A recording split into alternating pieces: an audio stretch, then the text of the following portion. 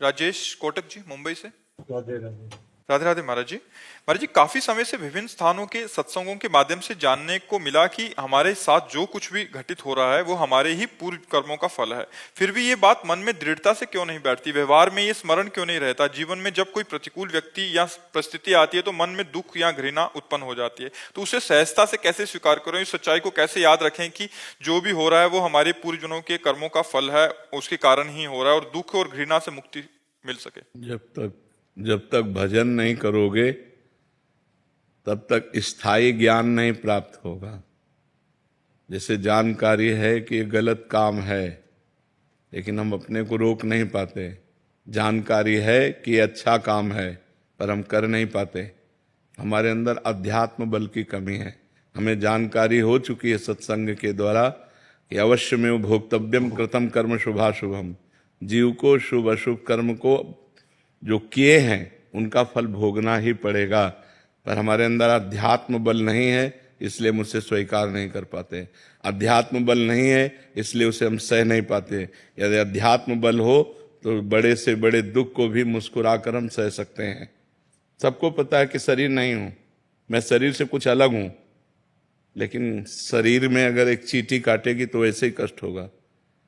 तो सच्चा ज्ञान तब होता है जब भजन करे। नाम जितना जप करोगे उतने आप में आध्यात्म बल आएगा।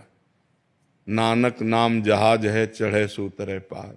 नाम रूपी जहाज पे चढ़ गए तो सब संशय, दुख, चिंता, शोक इन समुद्र से पार हो गए।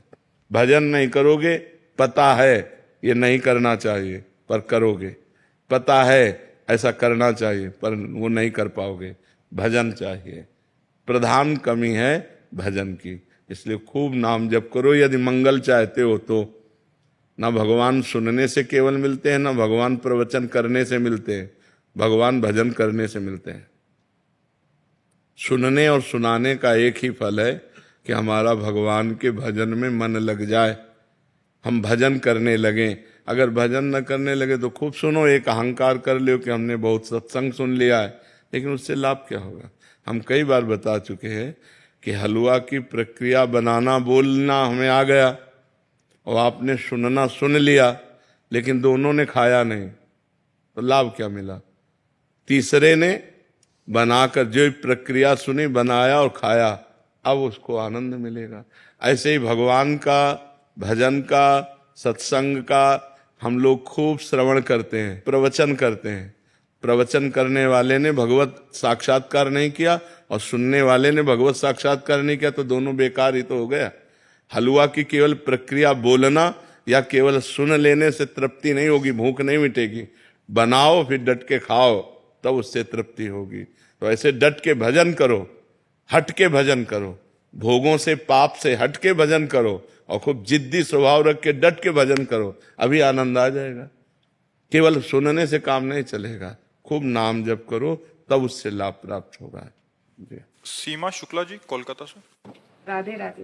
राधे राधे महाराज जी। महाराज जी, आपका भी कर्मों के ऊपर ही है। कह रहे हैं कि हमने आपको एक प्रवचन में सुना था कि हर इंसान को अपने कर्मों का फल मिलता है। अगर माता पिता के कर्मों का फल उनके बच्चों को भी मिलता है, अच्छा हो या बुरा, नहीं, जीव को अपना कर्म भोगना होता है, संयोग बनता है, पूरा जाल बिछता है।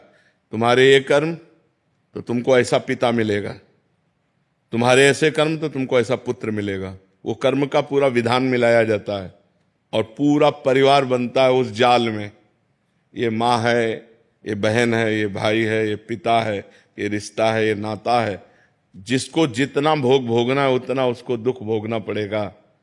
कर्म सबके उसमें मिलित होते हैं, तभी वो आकर उनका पुत्र बनता है, तभी उनकी माँ बनती, तभी उनका पिता बनता है। ऐसा नहीं कि केवल एक व्यक्ति का कर्म पूरे परिवार को दुख दे रहा है, नहीं, उसके भी कर्म उसमें जुड़े हुए हैं। पिता का पाप कर्म ऐसे पापी पुत्र को जन्म देगा जो जन्म से लेकर के मरण तक उसको नाना प्रकार के दुख ही दुख देगा।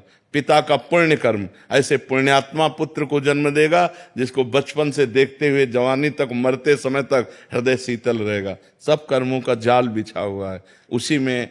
अब हम जा रहे हैं, हमारा कोई दुश्मन नहीं, लेकिन जरा सा धक्का लगा, जब झगड़ा शुरू, तो वो जो धक्का लगा कांधे को हमारे कर्म ने किया।